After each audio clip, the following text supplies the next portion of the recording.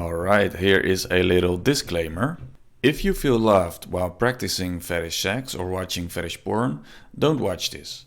If you feel like your fetishes are a healthy part of your sexuality and the only insecurity you feel while practicing fetish sex or watching fetish porn is what others may think about you, then this video may not be for you. If you feel like watching fetish porn leaves you empty and confused, you can't get an erection with women, and you feel like you are drifting away from your actual sexual identity, then this video may be for you. This video is sponsored by pornaddictionkiller.com, the #1 website for your porn recovery. Alright, thanks for listening to my channel. Today I specifically want to talk about Nofap and fetishes. And this is a topic that has been explored quite a while, but not enough if you ask me. Basically, I kind of want to make a difference between people who apparently feel very welcome in the fetish community and people who don't feel bad while watching porn. I'm not gonna school them on how to live their lives, but if you have any doubts about the porn industry and maybe their agenda, or maybe if you don't believe in an agenda, the effects that porn has on you, I kind of want to address that. So there has been some studies has been done on basically on porn and on the effect of porn on the brain. But I also want to talk about the effect of the youth on developing your fetishes. So there are two types of ways. There are two ways wherein how basically a fetish can originate. There is basically a non-porn induced fetish, which is a fetish that probably arose somewhere in the youth or puberty. And then there is a porn induced fetish, which is a fetish that you have because you have escalated in porn and porn use. Well, we all know how this goes. You are watching porn, you start out with watching vanilla porn, but then you get bored, so you need more women, you need more extreme material because you don't get enough dopamine. And now you are watching more extreme material, and that extreme material is not extreme enough because you don't get your dopamine anymore because your dopamine reflector is damaged. So now you only need material that is shocking. Only shocking material can still arouse you, and you have erectile dysfunction with women in real life because they of course can never offer the extreme material that you are watching on porn websites. So I have a couple of interesting articles, and one of these articles is called "Unhooked from Transsexual Porn." Now again, if this is if to you this feels like this is your natural taste, go ahead by all means. But here I have a very interesting story about a guy who basically went on a no-fap path after really being into transsexual porn. He watched regular porn from the age of around 11 to 15, but then started progressing into transsexual porn in what, looking back, looks exactly like escalation. It became the only arousal cue for him, and he almost lost all sexual interest in women, to the point that even the vagina felt alien to him, and a vagina or a woman who was born as a girl felt quite disgusting at times. He assumed he turned gay, but never watched gay porn because he could never get aroused while watching that. So then he basically describes how he went into a phase that made him question his sexual identity. He thought that he was gay for a while, or just later he thought, well, maybe I'm trans-oriented.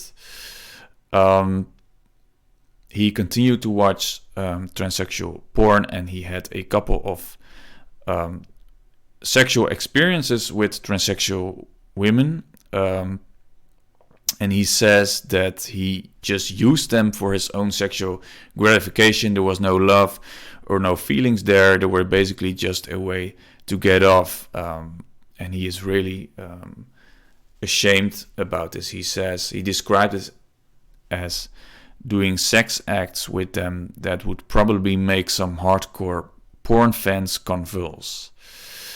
He had a breakdown, and then he started basically his the earliest phases of his Nofap path, when he discovered some porn addiction websites. So these were websites just like Your Brain on Porn, and he read the articles, and then he kind of had this light bulb moment.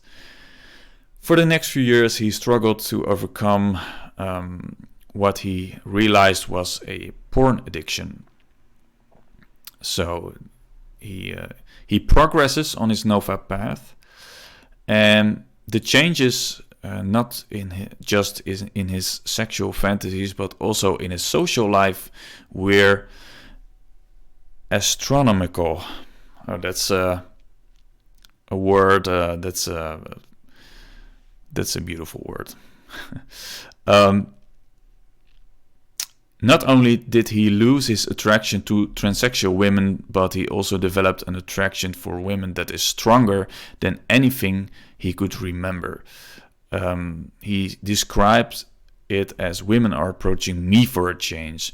It was absolutely incredible, and he loved every minute of it.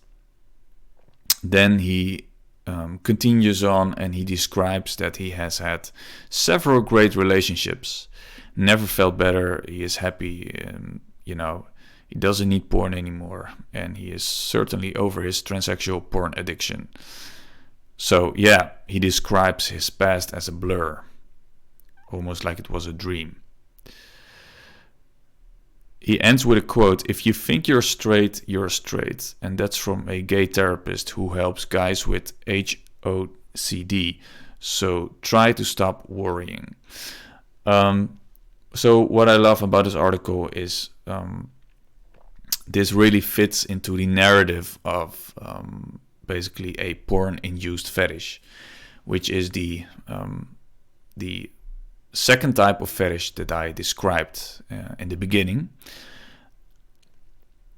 What I love is how, after he went on a successful Nofap streak, he was completely able to vanish this addiction. And not only that, with this addiction also his fetish vanished, and he feels much happier now. So I'm very glad for him. Now I want to take you to another article. By the way, I'm putting them all in the description, and this is called Eroticizing Our Unresolved or Unhealed Wounds.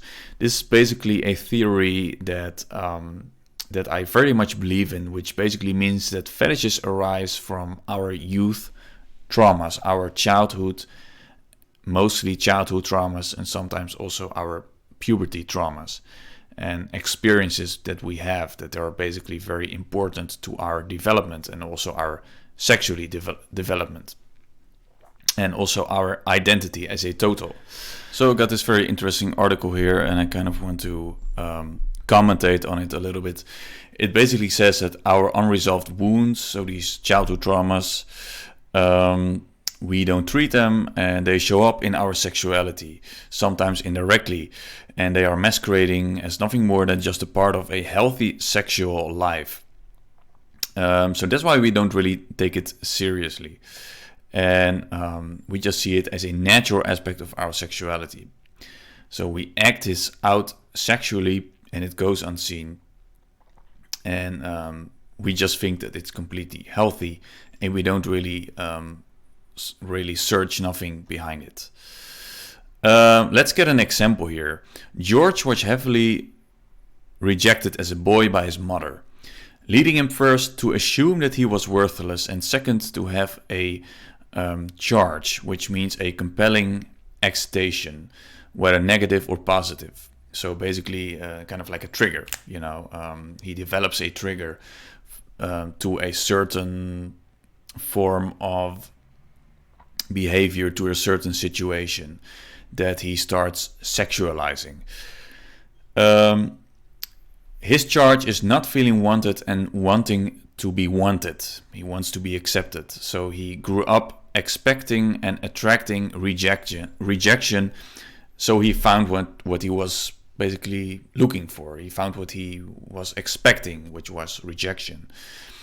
So he found a lot of rejection, and he also grew up craving full acceptance. He never really found this with his mother. So as a teen, he started eroticizing this charge, absorbing himself in masturbatory fantasies in which he was unquestionably wanted sexually, without any trace whatsoever of rejection. So yes, this continues into his adult years.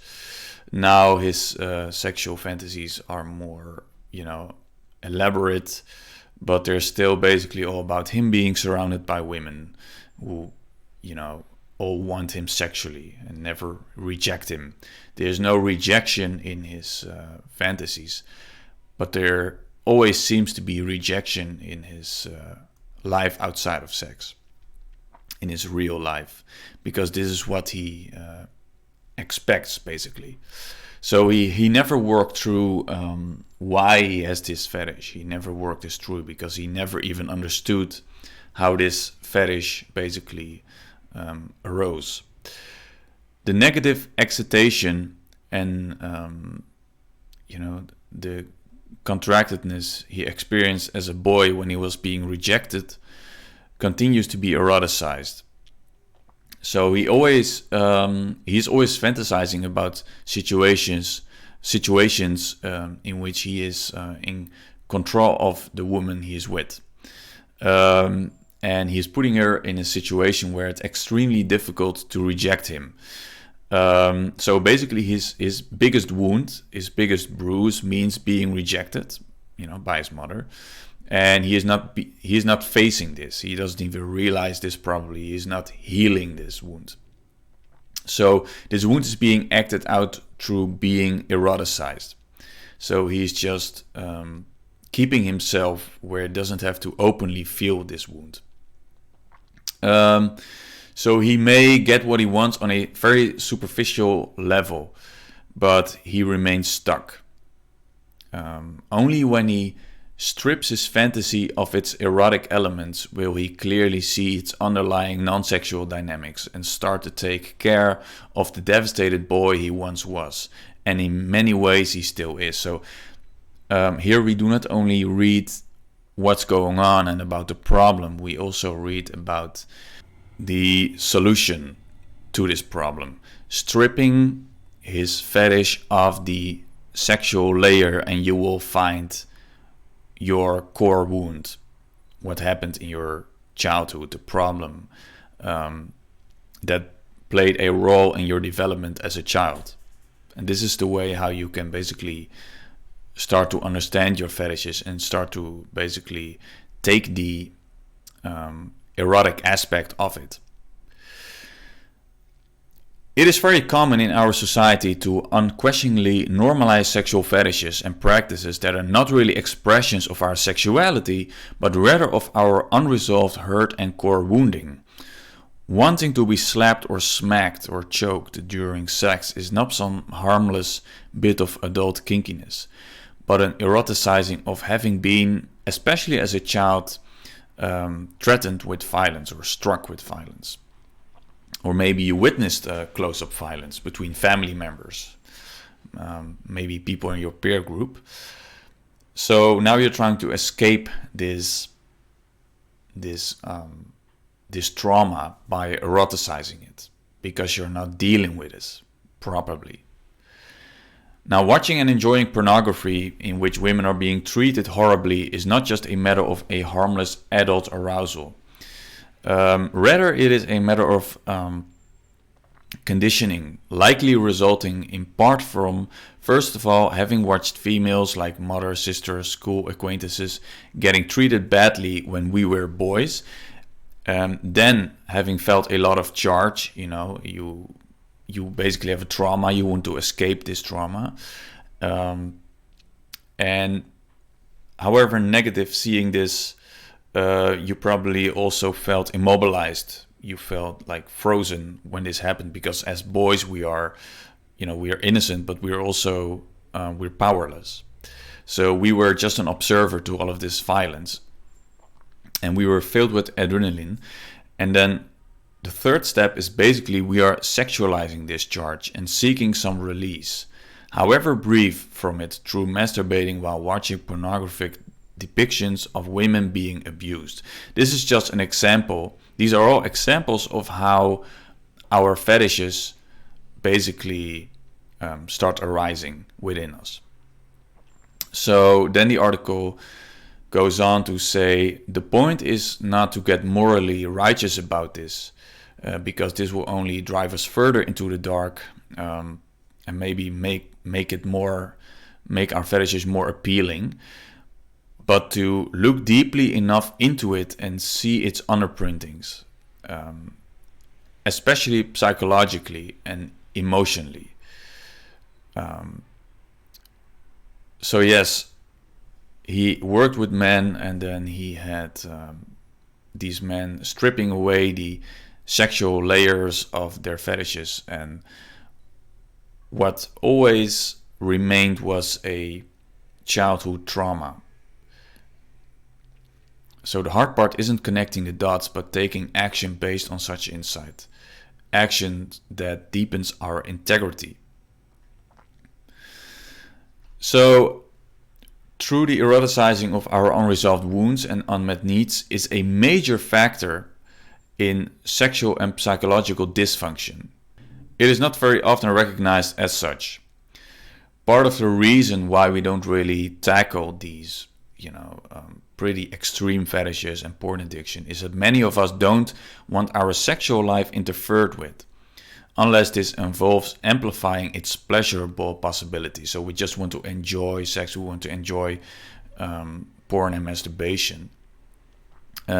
Sex may be our only respite from an otherwise unpleasant or tedious life, and we are loath to tamper with it. So a lot of us, we don't really live lives of satisfaction, and we don't feel like we're adding much to society, for an example, or that we're really doing great things.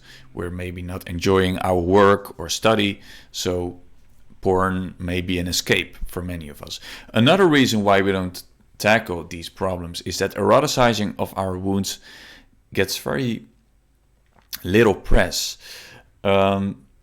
And many of us are afraid to be openly critical of pornography and certain sexual practices, not wanting to be seen as puritanical, straight-laced, old-fashioned, sex-negative, conservative, or morally archaic.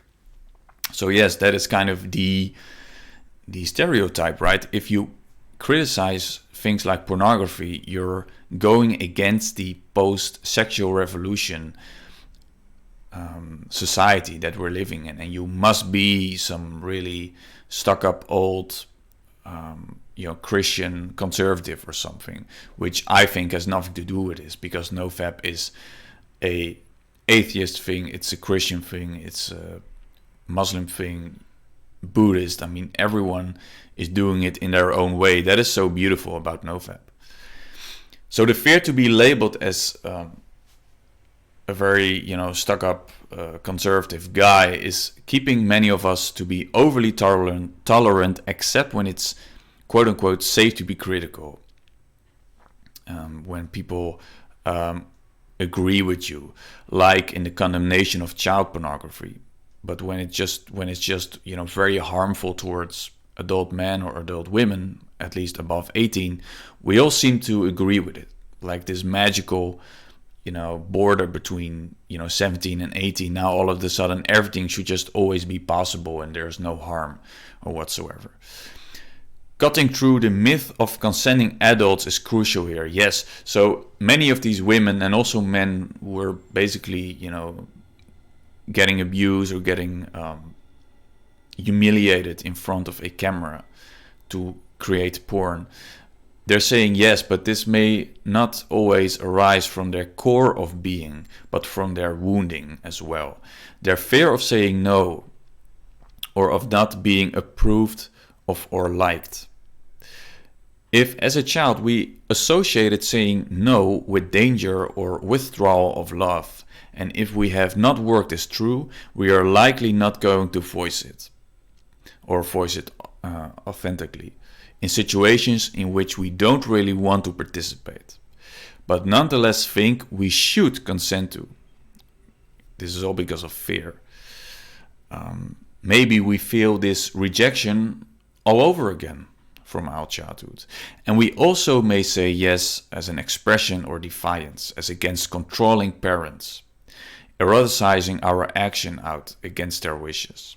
So just because you may have, very concerned parents or conservative parents, it doesn't really mean that, escalating into the other way is gonna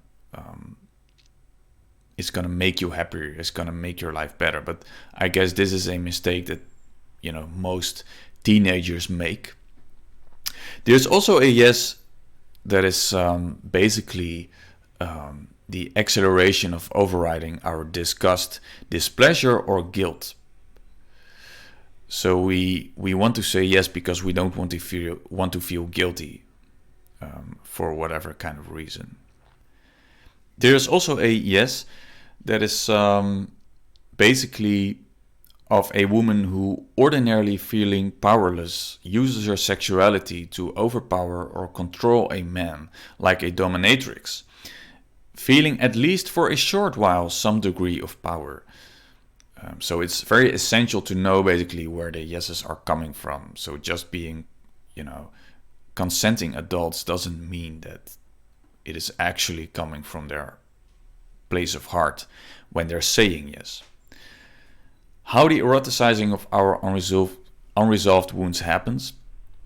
First, we get significantly hurt emotionally, physically, psychologically, without any resolution, leaving us wounded. Second, accompanying this wounding is a charge, an energetic imprint, an excitation that infiltrates our lives, especially when circumstances arise that mimic the ones in which we were first wounded. Then this charge becomes so familiar to us, however unpleasant it may be, that it seems to be none other than just another natural part of us. In our adolescent and or adult years, we pluck this charge, so we escape into this fetish, into this fetish material, into porn websites, to basically reliving our trauma and selling to ourselves a story in which we are healing it through sexualizing it, which is of course not possible. So this continues often addictively until we awaken to what we're doing and turn toward our original wounding with compassion and fitting action. Now here the article goes on to describe what our sexual fantasies are dramatizing. An example, Paul assumes that he is very sexual, having sex or masturbating 2 or 3 times daily. So this is a chronicle masturbator. He is oftenly quite anxious and edgy, feeling overloaded with fear and anger, and rather than working with this, he channels his surplus emotional excitation into his sexuality, finding kind of an energetic release using masturbation. So he is reducing his sexual partner to little more than an object for the energies of his anxiety and anger.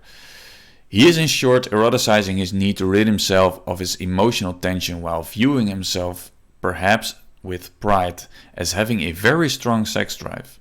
So when we investigate this, these quote-unquote solutions to our wounding and unmet needs, The very much details usually are not important. So the details of your fetish are not important, but the storyline underlying these fetishes and these escapes are important. So imagine a lonely teenage boy finding sexual arousal when viewing a particular part of a particular girl's anatomy. She doesn't matter to him, even as he gives her a starring role in his masturbatory fantasies. When he's focused on her, or more precisely on that particular body part, he is no longer feeling lonely, no longer feeling cut off from others, being consolingly absorbed in his heated picturing of her. So he's just basically making her, or at least a body part of her, the center of his universe. His arousal seems to be about her, but it's really secondarily sexual. First comes his longing to be distracted from his loneliness and sense of isolation, and he likely doesn't question his pull to women much younger than him, nor his obsession with that particular body part. So yes, this is a quick way to find out where your fetish is coming from, and what your core wounding is, and what your basically your unconscious brain thinks what's the solution to escaping from this, is to hear a man's most compellingly arousing sexual fantasy in full detail from beginning to end, and then strip it from its eroticism. So basically take the sexual part away from a fetish. So for an example, a man may have a sexual fantasy wherein he gets seduced by an older woman because his parents neglected him as a child, never really paid attention to him. So now he is, by fantasizing that an older woman is paying a lot of attention to him and seducing him, he is basically trying to escape his childhood trauma, which of course never works. So it's really about getting the full attention from an older person, but he just wishes deep down that his parents would have given him more attention. Another example, a man has a fantasy of being sexually very dominating, stopping just short of being violent. His partner must be very passive in this fantasy. So the theme is overpowering another. So the fact is that this dominance has been eroticized is secondary. The man was heavily shamed as a boy, criticized for having very existence. He fought back, even though that made things even worse. So his charge is being overpowered, which he was, and also with fantasies of turning the table. So he wants to gain the power now. As a boy, he was being mistreated. Now he wants to get the power and mistreat others. So he started sexualizing this. He's doing this probably through sexualizing this and creating a so-called fetish. Now this all happens unconsciously. So now he is aggressively dominating another, and he has not yet connected the dots. So he just continues through this cycle. And he sees this as a healthy, somewhat kinky expression of his sexuality. So yes, our sexual fantasies are often worth exploring, according to this great article, just like our dreams. So these fantasies may all be very embarrassing. They may be, you may find them awkward, but they are a doorway into our being and conditioning, and they say so much about our childhood. What our fetishes dramatize is what we've spent much of our lives arranging ourselves around. So if we undress these fetishes, stripping them of their eroticism, you'll see the operational roots and script of your conditioning that came from your core wounding, your childhood bruises. Sexual fantasies can be very complex, and they may crave for attention a lot, to the point where we're not at all relating to our fantasy, but we're just absorbed in it. It became a very important part of our life, so we just do not have any awareness of basically these fetishes being dramatizing our childhood traumas. We are in a position of a dreamer who doesn't know he is dreaming. So if we awaken to the fact that our sexual fantasy does not necessarily bring our traumas to an end and our wounds to an end, this gives us options rather than just to continue the cycle. So the moral of the story here is to treat your sexual fantasies not as something to trash or keep in the dark, but as tales of mini myths worth exploring and exploring deeply, just like our dreams. Now, this is also happening very much in the No-fap community. The more extreme our sexual fantasies are, the higher the degree of intensity of pain that we're attempting to bypass. So, complexity of your fantasies may camouflage some fantasies, but complexity often just speaks for the need to have an outcome in control. So this controlled outcome is just a fake solution for an early life in which you didn't have the things under control.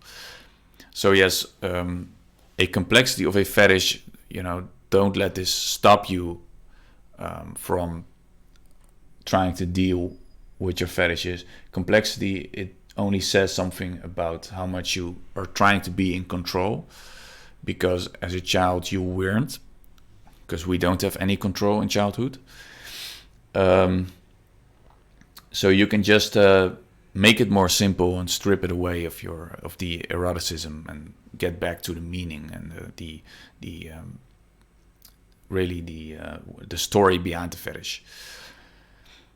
So, to close this article off, it says that eroticizing of our unresolved wounds and non-met needs is both an escape from our suffering and a sign of it. Once we recognize this, we are on our way to truly freeing our sexuality.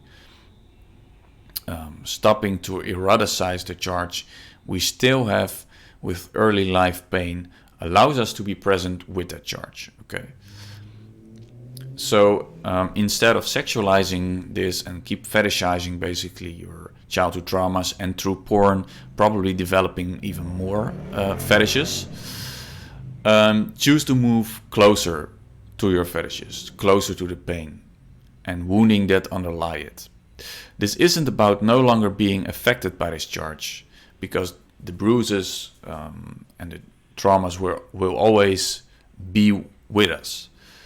But it's about not letting it run us. And this way, they will probably also become smaller.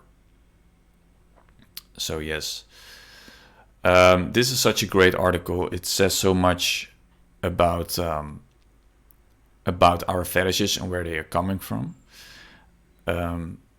This article describes much about how you basically, if you leave this behind you, you can become a more vital person and more internally connected. And having better sex with partners, which is probably pretty important as well. So don't leave your fetishes in the dark, because they have something important about you to tell, and not the thing that you would expect. Now, to close this off, I want to talk about some dry, some boring, scientific research that has been done. Here it says, fetishism usually becomes evident during puberty and may develop prior to that. No single cause for fetishism has been conclusively established. Okay. So some explanations invoke classical conditioning. this kind of supports the theory of childhood. In several experiments, men have been conditioned to show arousal to stimuli like boots, geometric shapes, or penny jars by pairing these cues with conventional erotica. According to John Bancroft, conditioning alone cannot explain fetishism because it does not result in fetishism for most people. He suggests that conditioning combines with some other factors, such as an abnormality in the sexual learning process. And this says more about your puberty and about your adolescence, which is still pretty much in line with the articles I just talked about. Theories of sexual imprinting propose that humans learn to recognize sexual desirable features and activities during childhood. Here we go. Fetishism could result when a child is imprinted with an overly narrow or incorrect concept of a sex object. Imprinting seems to occur during the child's earliest experiences with arousal and desire, and is based on an egocentric evaluation of a salient reward of pleasure-related characteristics that differ from one individual to another. Wow, that's a beautiful sentence. So another and a last research I want to give a little attention to is done by an Indian researcher who suggests that also neurology may play a role. And however, I believe that this role is only small and only relative. So it really says nothing about your No-fap reboot or the fact that you can reboot from porn addiction, and the fact that porn usage is of course unhealthy. So I kind of want to close off with this, with the beautiful scientific research which seems to be supporting our Nofap case. Please notice that this audio file will be online on YouTube and on Spotify and Apple Podcasts, so make sure that other people listen to this. Also, quick shout out to pornaddictionkiller.com, the #1 website for your porn recovery. Make sure to visit this website, and I'll see you the next time.